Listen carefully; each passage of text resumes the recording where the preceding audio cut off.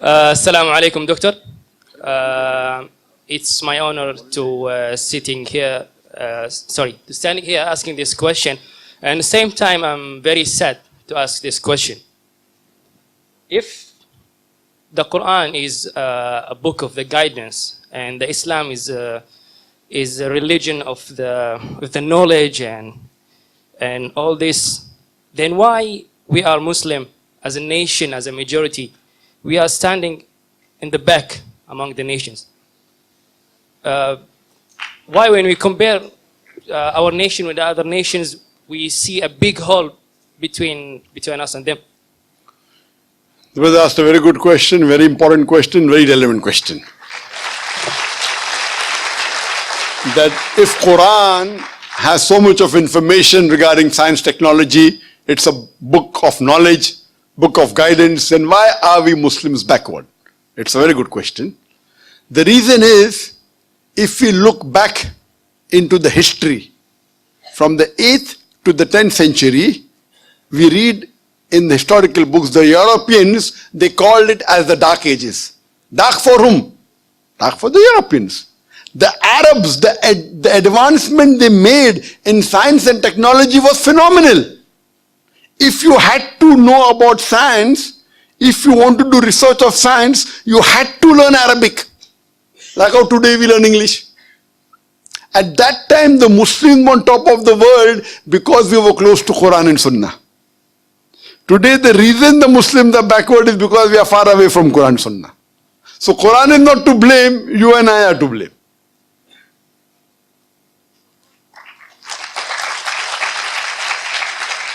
If you read in the books of history and books of science, I said in my lecture, Ibn Nafis, 600 years after the Quran was revealed, was the first to describe the blood circulation. In a textbook, we know about William Harvey, we don't know about Ibn Nafis. So two reasons is there. Number one, Muslims have gone away from Quran Sunnah. Number two, media. Media also plays a big role in it. In our textbook, in my school, I never heard about Ibn Nafis. After when I did research, I came to know. In my textbook was mentioned William Harvey. The first person who drew the world map of the world was Al-Idrusi. In 1154, he was a Muslim. Do you know the numbers that we have? 1, 2, 3, 4. What's it called? What's it called, 1, 2, 3, 4? What is it called? Say loudly. Arabic numerals. How we have Roman numerals? 1, 2. Arabic numeral, why? Because 0 was first introduced by the Indian, the Arabs took it up, put a decimal point, and we have the Arabic numerals. If you know about Al-Tusi, he was the one who discovered the Pythagoras theorem, which we learn in school. We learn Pythagoras theorem, we don't know the name of Al-Tusi. The square of the hypotenuse is equal, in a triangle, the square of the hypotenuse is equal to the sum of the other two sides of the triangle. Do you remember or you've forgotten? You remember, na? MashaAllah, good student. Who was the person who discovered it? Now you came to know, correct? Better late than never. Al-Tusi, Muslim. Trigonometry, we learn trigonometry. Who is the main person of trigonometry? Al-Biruni.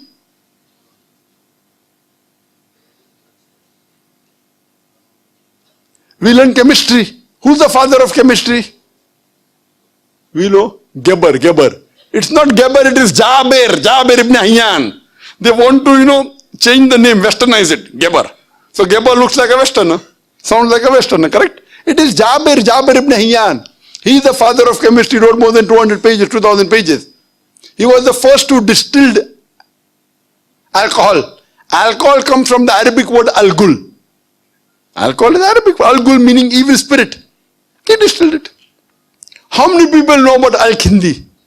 At a time when Newton, who's the biggest scientist in the world history, Newton said all laws are absolute.